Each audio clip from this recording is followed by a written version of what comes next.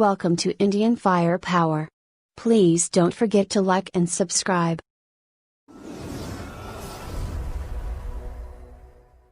The strategically located Depsang plains in Ladakh did not find any mention in Defense Minister Rajnath Singh's detailed statements in Parliament despite Chinese soldiers blocking all Indian patrols there since April and a massive mobilization by the two rival armies in the region.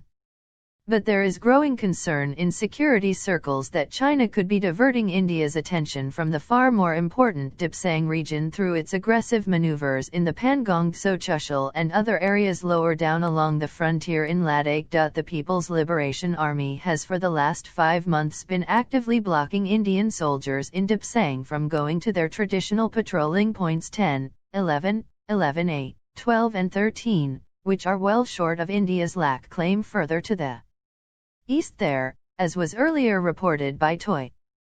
PLA troops camping near the bottleneck or Y Junction area in Depsang, which is around 18 kilometers inside what India perceives to be its territory, swing into action to block an Indian patrol whenever they see it approaching.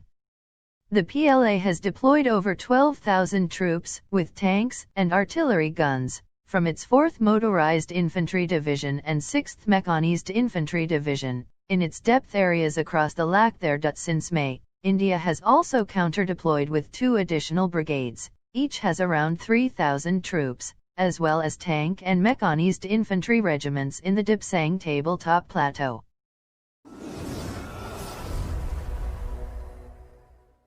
No power on earth can stop Indian security forces from patrolling up to its traditional points on the line of actual control in Ladakh, Defense Minister Rajnath Singh said in the Rajya Sabha on Thursday in response to a query.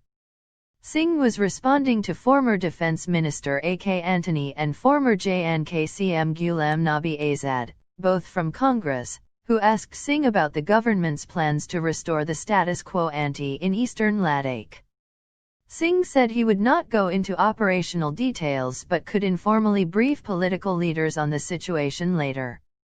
However, he asserted there would be no compromise as far as border patrolling was concerned. The minister said the PLA took action to hinder traditional patrolling pattern of the Indian Army in the Galwan Valley and attempted transgressions at other areas like Gagra, northern bank of Pangong Lake and Kankala.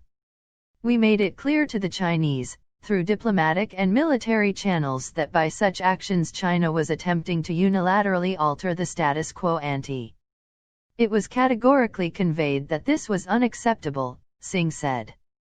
Singh said while India wanted to resolve the situation through dialogue and has conveyed the same, China has not been matching its words with actions on the ground. It is apparent from Chinese activities that their words don't match their actions.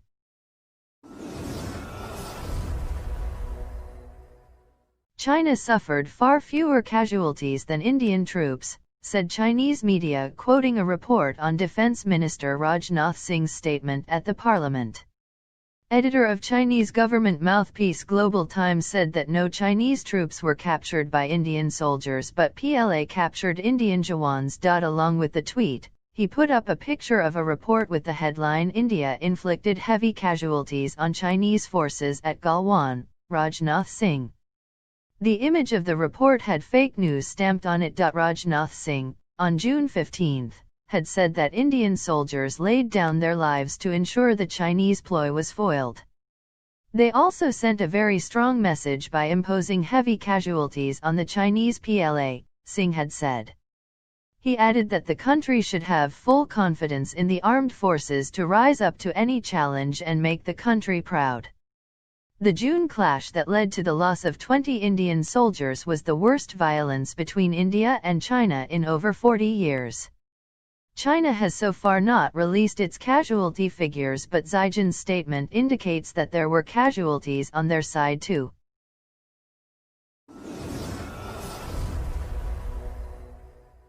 The Indian Navy is likely to set up an advanced system for communicating with its fleet of submarines, including those propelled by nuclear reactors, at Donakonda in Prakasam district.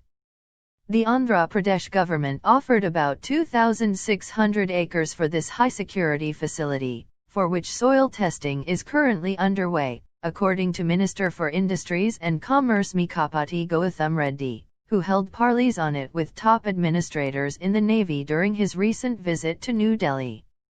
Mr. Reddy told The Hindu that it is an ultra-low-frequency communication system which the Navy is looking at, and that the proposed defense cluster in Donakonda, where the installation is coming up, has also been chosen by the Indian Air Force, IAF, for setting up a strategic airbase. The IAF has agreed to give it for commercial flight services over a period of time. Mr. Reddy said the government is taking steps for clearing certain hurdles in the establishment of the Navy's alternative operational base at Rambilai in Visakhapatnam district. Thank you for watching. Please do like and subscribe.